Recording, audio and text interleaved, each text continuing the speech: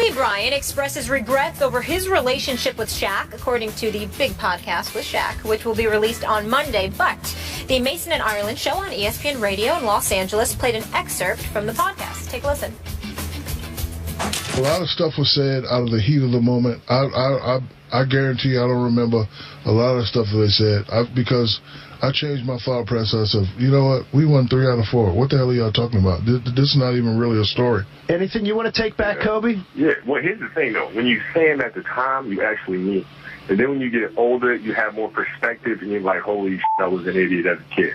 You know what I mean? So for me, the most important thing was really just keep your mouth shut, right? You don't need to go to the press with stuff. We keep it internal, and we have our arguments and our disagreements. But I think having our debates within the press was something I wish would have been avoided. But it did kind of create this whirlwind around us as a team with myself and Shaq and the press and the media that just put so much pressure on us as an organization. Kobe keeping it real there. Stephen A., what's going on here?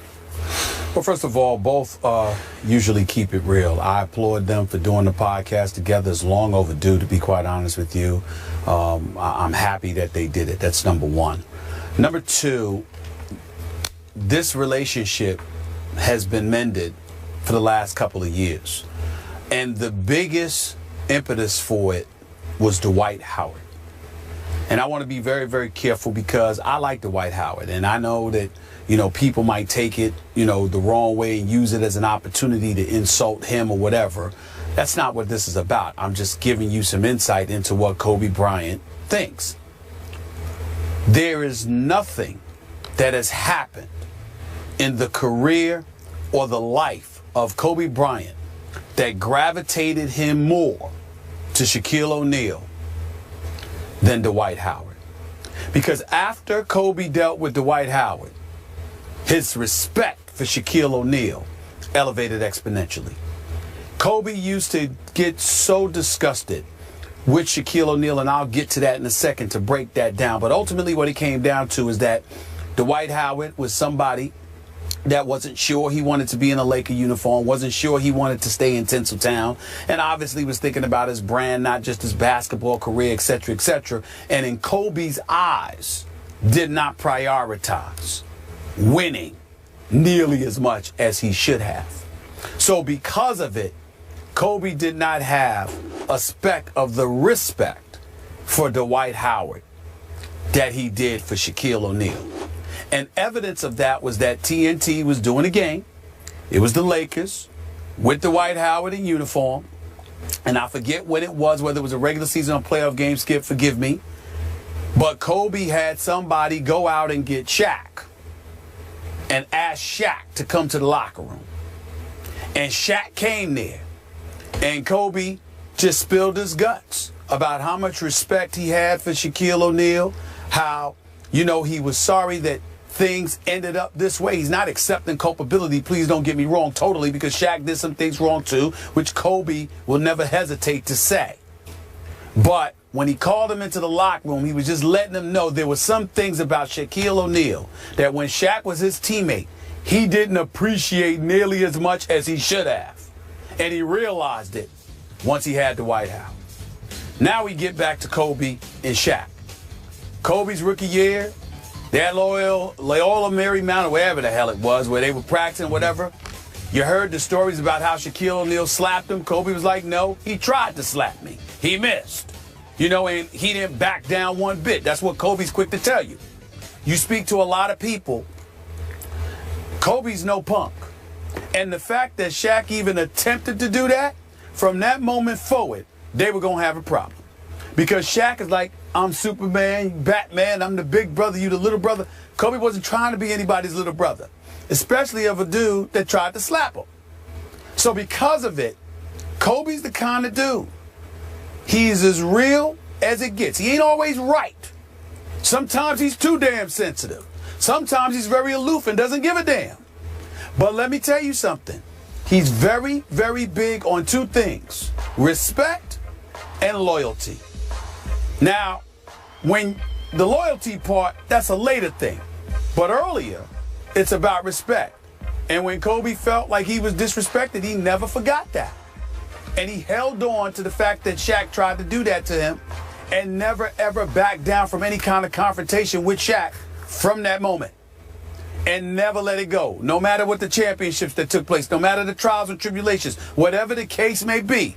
Kobe's attitude. There was a time when Kobe hated this man. If Shaq was on fire, Kobe wouldn't have spit on him. That's how bad it was. And to be quite honest with you, even though Shaq doesn't tend to feel that way about anybody, there was a point where Shaq felt that way about him too.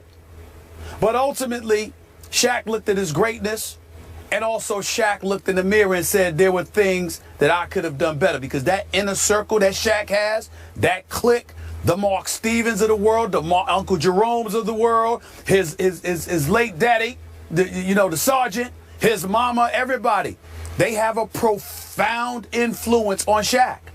And they used to look at him and say, look, man, yeah, we know Kobe, he can trip, he can be, we understand that, but you weren't right either on some occasions. And there were things you could have done better. And there were moments where you could have been the bigger man, which is why on Martin Luther King's holiday years ago, Shaq went as a member of the Miami Heat and he shook Kobe's hand because he wanted all of that to die down.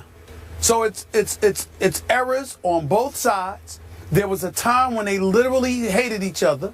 Then they grew up, recognized how ridiculous this had gotten, grew out of it, but where their relationship got considerably better to the point where they could pick up the phone and rap with one another and talk with one another, joke with one another, etc., was after Dwight Howard. Because after Kobe had Dwight Howard, from everything that I've been told, his respect for Shaquille O'Neal elevated exponentially.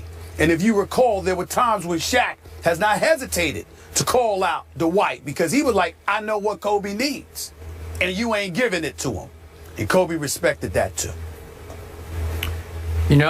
I would advise you to write a book on all this, because I think you just read the audio version of the book to us right here on this show. I mean, you just broke it all down. I would never, ever, ever do anything like that without players' full permission and consent. It's that simple to me. I would never. There were things that I know. Obviously, I know about both. I will never reveal without their permission. Well, maybe you could do the as told to version by Stephen A. Smith. They would both have to come to me and ask me to do it. I'm doing fine. I'm successful without all of that. I'm good. Okay. They need to come if they came out, only if they came my way and asked me. Okay, so your bottom line to what you just told us is that Dwight Howard's many deficiencies finally forced Kobe to appreciate and miss what he had in Shaquille O'Neal. That is correct. It's not the only thing, but that is a major thing, yes. Okay. My 2 cents from a distance was always that in the end, young Kobe, remember, 6.5 years younger than Shaq, did help run Shaq out of Los Angeles. Is that fair to say? Yes, in the sense that Dr. Jerry Buss went to Kobe because Shaq was looking for a $100 million deal. And Dr. Buss looked at Kobe and told Kobe, I'm going to hand the reins to you. I don't want to pay Shaq this money. I'm going to give you the franchise. Can you handle this? And Kobe gladly said yes at that time because Kobe wasn't particularly fond of being Shaq's teammate. That is true. It wasn't Kobe going to Dr. Buss and saying, I want Shaq out of here. It was Dr. Buss saying, I don't want to pay Shaq this money. I'm going to hand you the franchise. And Kobe having this huge smile because he didn't mind it at all. And by the way, Dr. Buss and or Kobe, they were right in their instincts at that point because Shaq was becoming an aging player. I think we saw him decline a little bit in Miami and on into all the rest of his stops. Only because of his physical condition. One other important nugget to point out. One of the biggest problems Kobe had with Shaq, Kobe is a workout warrior.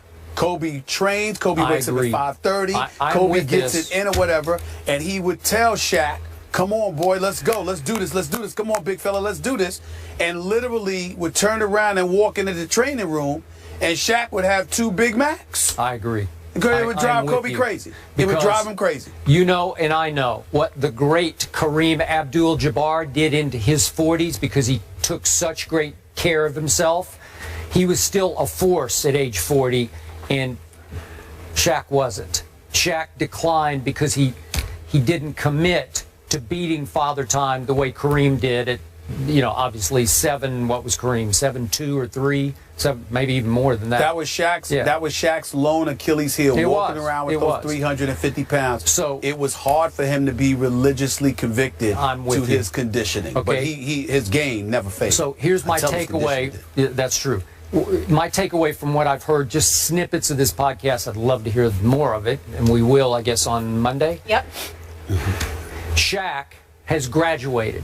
He has become a full-fledged TNT commentator and a pitchman and a superstar entertainer in his own right. So he has completely let this go. It's like I can't even remember what that was because he's gone on to his second career. But Kobe was very interesting in the snippet that I heard because he said, no, when I said those things, I meant what I said at the time. But now that I've grown older, he's just turned 37 years of age, he says, I look back and say, holy bleep, I was an idiot when I was a kid. So Kobe has had a revelation in maturity, which is I highly appreciate, because I've had a few of those in my life where you look back and say, we all have. What was I thinking? what was I doing? Why did I hang on to that for so long? It wasn't worth it. And again, both of them in very different ways have arrived at peace. Peace, brother. That's where they are. It's not just peace. It's an appreciation, and the part that they won't expound upon, if not, I dare say not even admit, is regret. Yeah. If Kobe Bryant and Shaquille O'Neal, if they didn't have such friction, if they were a collaborative force off the court as much as they were on the court, because on the court they were a collaborative force. Off the court they were a divided, dysfunctional bunch. Okay, so you had two factions, and really it was one faction because everybody flowed with Shaq. Because Kobe, I mean, listen, man, Kobe's a solo artist, man. Yeah. Kobe does his own thing.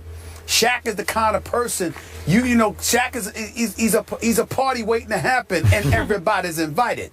So you know he's very personable. He's relatable, and cats flocked to him. More importantly, when it came to dealing with Kobe, I can't tell you how many teammates came to Shaq, and Shaq looked like the bad guy because he was the one that stepped up and confronted Kobe and acted like it was him, when in fact it was a whole bunch of teammates that was sitting there talking about him. I'll tell you a quick story, Skip Bayless, to the point how bad it got one time, Skip and Molly. There was one time when there was, if you recall, there was a game when Kobe Bryant wouldn't shoot the basketball or something like that. It was something along those lines. And there was stuff in the paper about how teammates felt he had literally thrown a game or did something. Kobe walked into the locker room to each and every single individual in a Laker uniform, used the MF word and said, MFer, did you say this? One by one to every locker room with the article and said, did you say this? Did you say this? Did you? I mean everybody, including Shaq. And proceeded to cuss everybody out and told them all, you can kiss as you know what, whatever the case may be. And he walked out. Kobe he ain't just fearless on the court, man. This dude he's on another level, especially when he gets ticked off.